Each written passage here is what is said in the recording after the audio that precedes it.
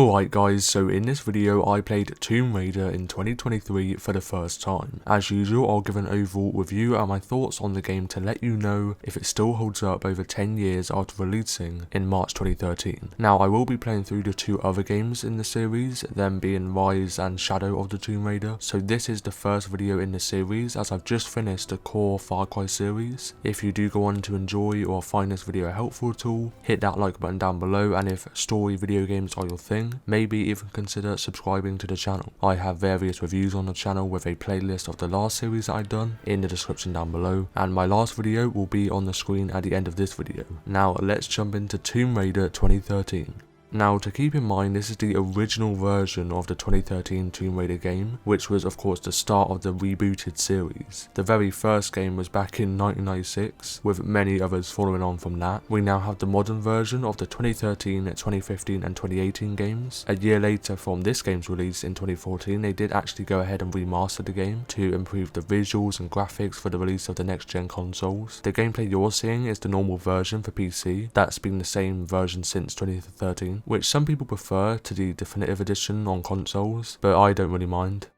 Now, Tomb Raider follows the journey of Lara Croft across the fictional setting at Yamatai, a small island in the Dragon's Triangle off the coast of Japan. You end up there after heading out on a boat with a group of friends to ultimately find out what's going on there on the island and find the lost kingdom of Yamatai. That's their overall goal. However, the way they end up on the island doesn't go as planned. What a surprise. As inside the Dragon's Triangle, there's a huge storm which destroys the boat and they just about manage to make it out by rushing up on the shore. Almost instantly, Lara and the group are taken captive by the islanders. That's the opening of the game, which is very short, so that means that early on you're thrown into trying to group up and escape the island as Lara Croft. There's not a lengthy and boring prologue or anything, which means the whole game is basically down to survival, where on the way you will explore the island of Yamatai, the secrets and people there, as well as hunting and collecting resources to move on, with various puzzles to solve which I'll get into. Therefore, for the most part, it's only Lara by herself, meaning it's going to be really independent and have a much more intense survival instinct. Whereas the first game in the rebooted series, it's completely new to Lara, who has to try her best to escape with very minimal prior knowledge. Therefore, you follow the journey of learning new survival and defense techniques as Lara does as well, seeing her become increasingly stronger and tougher as a survivalist as you progress. This is the early start of her becoming Tomb Raider, basically. The game is always filled with action and unexpected moments where it's so close to being over, but you only just about managed to come out alive or overcome the various problems spread throughout the story. This brings me on to the overall gameplay of Tomb Raider, where I'll start with the combat. As I mentioned, Lara has just crashed into this island with nothing at all, therefore the only weapons you get are the ones dropping from other enemies or on the ground. What I'm saying is that there isn't an endless list of weapons to switch out and experiment with. There's only a pistol, AR, bow, pickaxe and a shotgun.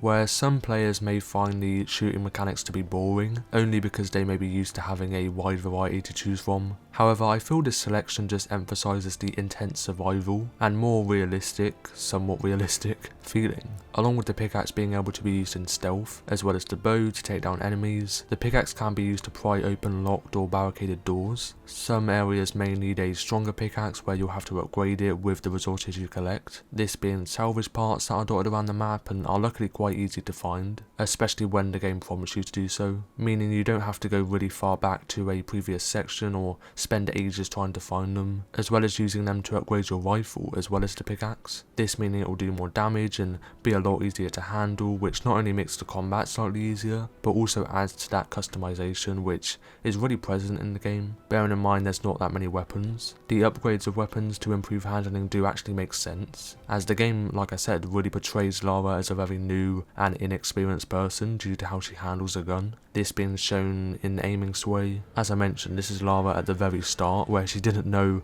she'd have to survive by herself for the first time, and this small feature in the shooting mechanics does support this. There is a hunting feature in the game where you'd use the typical bow to hunt down animals such as deers and rabbits, However, the resources for upgrades are found in the salvage parts I was talking about, therefore it's only a small feature that I never really saw myself coming back to after I was first introduced to it, simply for food that, even though hunger doesn't actually matter in the game, at the end of the day it was cool to have and a fun feature, I'm sure, for some people when you slowly explore the game's world. Although it's not promoted that much, the tomb raiding aspect is in the game. I'm surprised, as I thought it would have been one of the main features in gameplay, but I didn't really mind. It's fun to do if you like exploring the game, but as for the main story, it's more so you clearing out areas of enemies and solving puzzles as you progress further. For players who like to explore and uncover secrets, then it's there for you to do at your own pace. The stealth is really balanced with the more action-packed combat with the shooting mechanics. The animations in stealth could be seen as repetitive, as it's usually the same animation of a bow around the enemy's neck and then you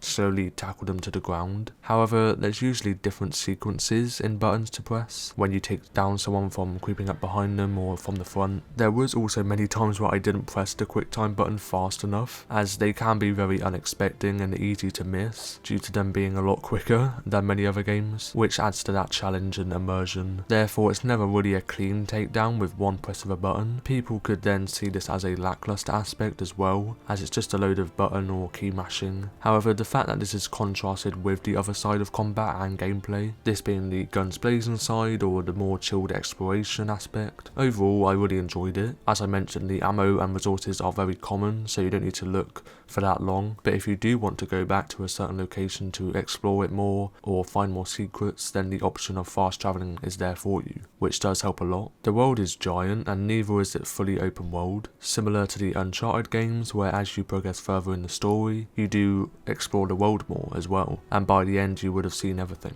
Another feature that makes the game easy to traverse through would be Lara's survival instinct, which is basically an ability that clearly shows what to pick up, destroy or go to when you don't know. This helps with the many amount of puzzles in the game that require a bit of thinking, which can be a common turn off for some players, and this feature does really help with that. With the bow, after you've played the game for a bit, you eventually unlock the ability to shoot a rope that will either break a structure that an enemy is on to obviously take them down with it, or even to unlock a pathway in a puzzle and help with parkour, etc. Adding on to parkour, you can also make your own zip lines in certain areas with the rope launcher and use your axe to rock climb, which was really fun. Overall, the game is really easy to follow for anyone that wants to get into story games or just haven't played that many. That's why I believe games like this and Uncharted are some of the best games to get into single players. They have a easy yet really engaging story to follow, as well as them not being fully open world. As you progress through the world, you also progress through the story. Tomb Raider's gameplay, where it may not be anything crazy and filled with an abundance of content, it's fun and is balanced really well. So I definitely would recommend this game to not only beginners, as I mentioned, but really everyone. It for sure does hold up in 2023, 10 years later, and I know that the next two games it will become better and better, and even in terms of the graphics, they still really do hold up. So that's everything. If you enjoyed the video and found it helpful, then let me know by tapping that like button down below, and if story video games are your thing, then that's what this channel is all about. I have videos on a variety of games and series. As I mentioned, there will be a playlist of a series in the description down below, and if you'd like to watch my last video, then it's on the screen right now. Thank you for watching until the very end, and bye bye.